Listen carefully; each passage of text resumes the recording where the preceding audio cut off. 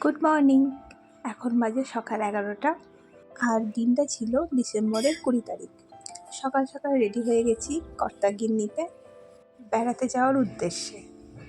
বাড়ি থেকে সবচেয়ে প্রথমে আমরা চলে গেছিলাম আমাদের গঙ্গাটিকুড়ি স্টেশনে, যেখানে ট্রেন একটু লেট ছিল, যার জন্য ভাবছিলাম কাটোয়া থেকে একটা ব্যান্ডেল লোকালটা হয়তো পাবো না, আমাদের ব্যান্ডেল লোকালটা ধরার ছিল। তারপর যাই হোক করে ব্যান্ডেল লোকালটা পেয়ে গেছিলাম এবং আমি তারপরে আমার ফ্যামিলির বাকি লোকজনদের সঙ্গে দেখা করে নিয়েছিলাম, মা, বাবা, দিদি, দিদির ছেলে, দিদির মেয়ে। তারপর আমরা চলে গেছিলাম হাওড়া স্টেশনে। এতক্ষণ ধরে এত কিছু বলছি, এর মাঝে বলাই হয়নি যে আমরা যাচ্ছি কোথায়। আমি, আমার বড়দি, রূপমবাবু, বড়দির ছেলে মেয়ে সবাই মিলে যাচ্ছি মুম্বাই ছোটদির বাড়ি। এই যে হাওড়া স্টেশনে এসে আমার মা বাড়ি থেকে বানিয়ে নিয়ে এসছে লুচি আর বাঁধাকপির তরকারি, সেটাই খেয়ে নিয়েছিলাম। আর বাবা মা আমাদেরকে ট্রেনে ছাড়তে এসেছিল। হাওড়া স্টেশনে এসে এত বড় পাখাটা দেখে আমার বেশ ভালো লেগেছিল। এদিকে দিদি আর কি করে বলছিল এই পাখাটা খুলে দিয়ে বাড়ি নিয়ে গেলে কেমন হয় বল, সারা উঠোনে হাওয়া দেবে।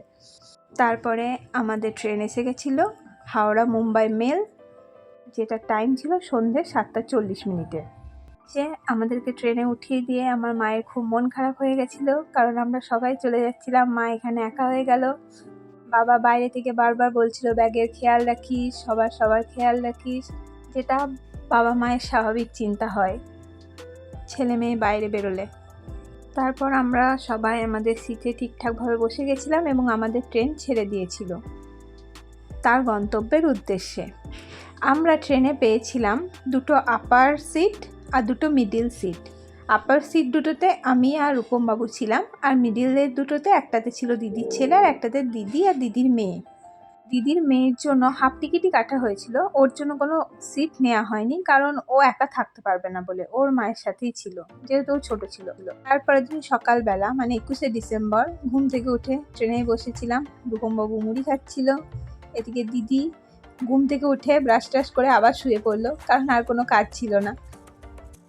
তারপর বাইরের প্রকৃতি দেখতে দেখতে যাচ্ছিলাম, বাইরের গাছপালা আর রুক্ষ সূক্ষ্ম জমি। এই যে আমাদের মুখগুলো দেখেই মনে হচ্ছে কতটা ক্লান্ত আমরা। তারপর এসে গেছিলো আমাদের দুপুরের খাবার, যেটা আমরা ট্রেনের ক্যান্টিনে অর্ডার করেছিলাম, ভেজ নিয়েছিলাম। আমরা যখন বাইরে কোথাও ট্রেনে যাই আমরা ভেজ খাবারটাই খাই। এটা ছিল আমাদের মেনু, এর সাথে পনিরের একটা সবজি ছিল। খাবারের কোয়ালিটি মোটামুটি ছিল, খুব একটা ভালো ছিল না। তারপর সন্ধ্যাবেলা সবাই মিলে একটু মজা করছিলাম।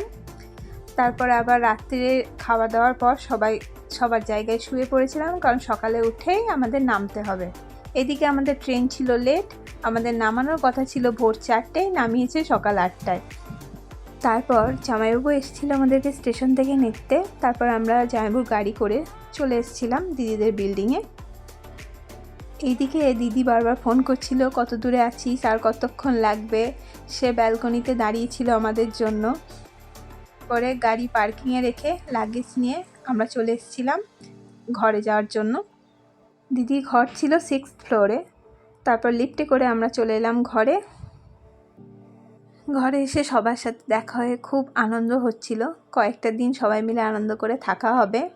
আপাতত এইটুকুই, আবার বাকি পরের ভিডিওতে শেয়ার করব।